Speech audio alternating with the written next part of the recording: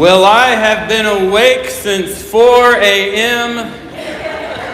I am full of caffeine. There is no telling what's about to happen here this morning. I remember when I was at the hospital and Alexis tricked me. She had a baby, our daughter Bella. And I knew in my mind that was happening, but until she came out of her womb and I was holding her in my hands, it was like, oh my goodness, I am a father. And there's nothing quite like that feeling of holding this little 6-pound lump in your arms, and this little lump has never spoken to you or done anything for you, but you know in that moment, I would die for this little lump. It's a weird feeling.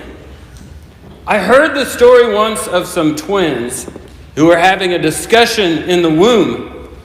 And one of them said, "Do you believe in life after delivery?"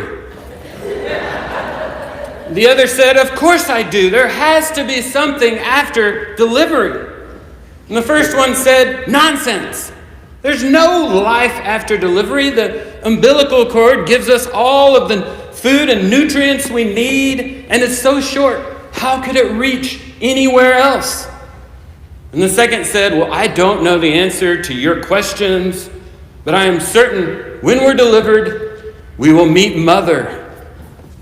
Mother? Are you kidding me? You actually believe in Mother? That's hilarious. If there's a mother, where is she now? The second one said, "She's all around us. We're surrounded by her. Without her, this world would not exist." "Well, I don't see her."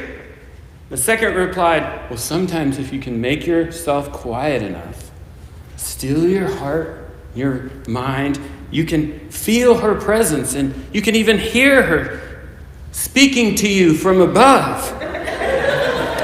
And the first one said, "You're crazy." Did you know that every time an earthquake happens in Scripture, it means God is doing something big? At Mount Sinai, Moses gets the law, and there is an earthquake. Everyone say earthquake. When Elijah meets God on Mount Horeb, there is a what? When Jesus dies on the cross, there is a... And here at the Garden Tomb is the mother of all earthquakes. The earth shakes. A figure appears who looks like lightning. The soldiers who are battle-hardened collapse as though dead. The stone at the entrance that the women were worried about moving is just casually pushed aside. And I can't imagine how the two Marys felt in that moment.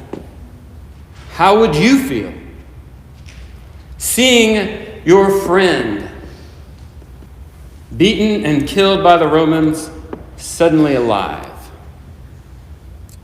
Matthew tells us they leave the tomb with fear and great joy. Not fear and then joy, not joy mixed with a little leftover fear, but both simultaneously. It's not a contradiction.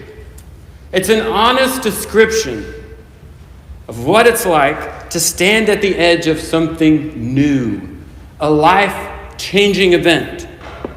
A moment where you know that after this, everything will be different. Not just the practical parts of life, but how you look at it, how you understand it, your priorities, your thoughts, your concerns.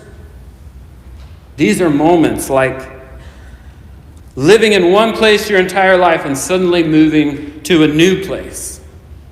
Moments like graduation when you're preparing to be on your own, losing a relationship, gaining a relationship, a new career, accepting something about ourselves that we've struggled with, childbirth, a wedding day, a diagnosis given or reversed, a homecoming after a long absence, maybe a forgiveness that changes the way you have been living with somebody.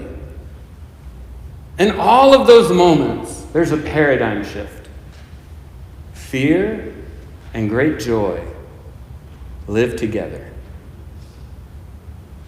Because something is ending and something new is beginning.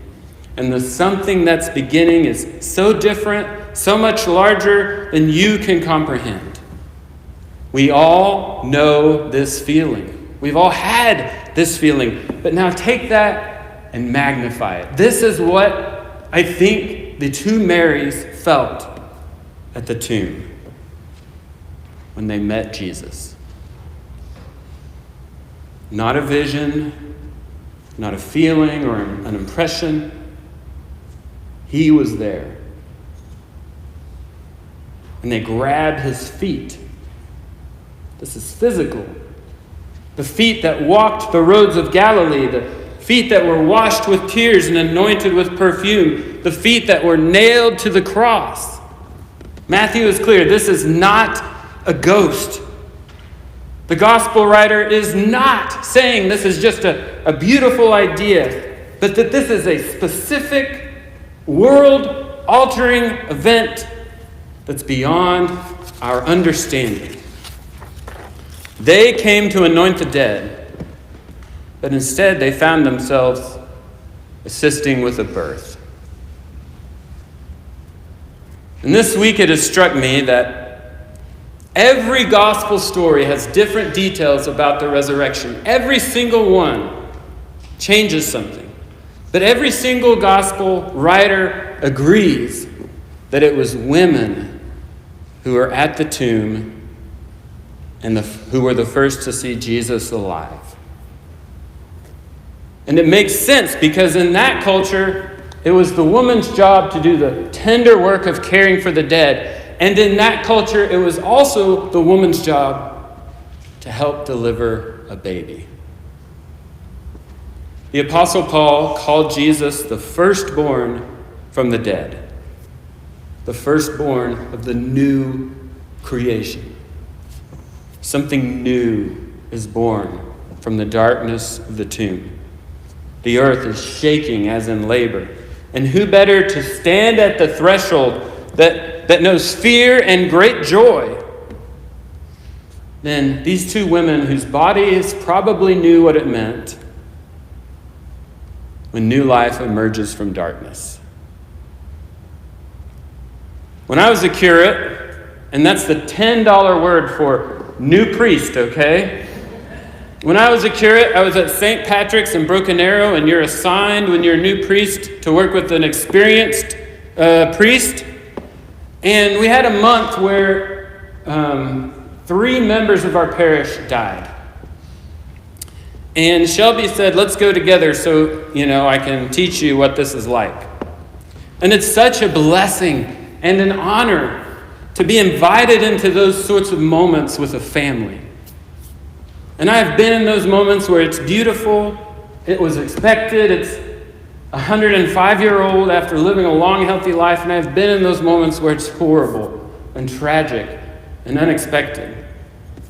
But either way, being asked to share those moments with a family as they say their last goodbyes to a loved one, there's nothing else like that. And once when Father Shelby and I were standing at a bedside, he mentioned, almost in passing, he said, have you ever thought that dying and being born are pretty much the same experience? And he said, we only do each of these once. We don't have any muscle memory. We don't know how to do it. We've never done it before, so some of us need more time than others to make the transition.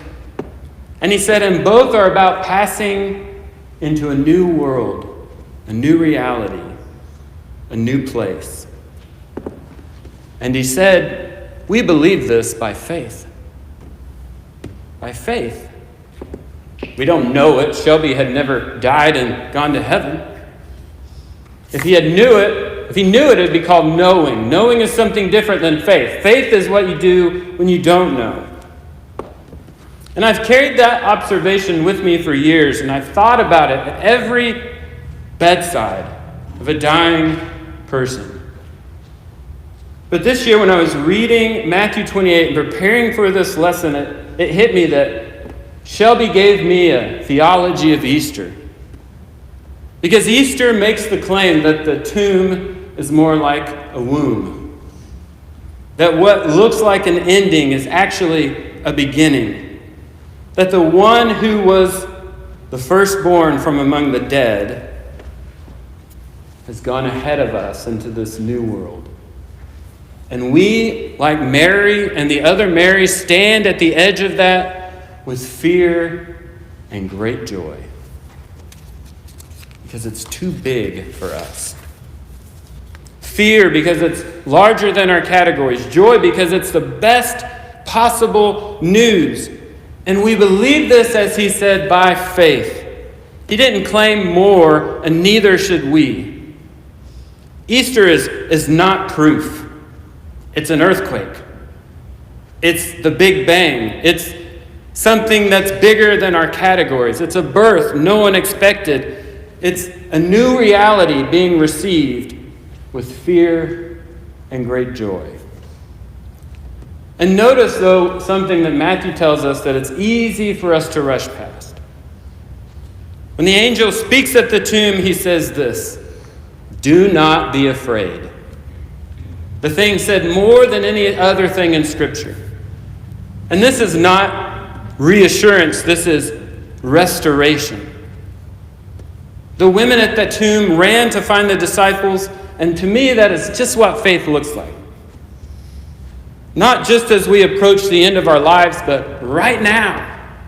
The risen Christ doesn't just go ahead of us into death. The risen Christ goes ahead of us into Galilee, into ordinary places, into your school, into your workplace, into your marriage, into your homes, into your Monday morning and Tuesday afternoon, and the parts of your life that feel the farthest away from an empty tomb.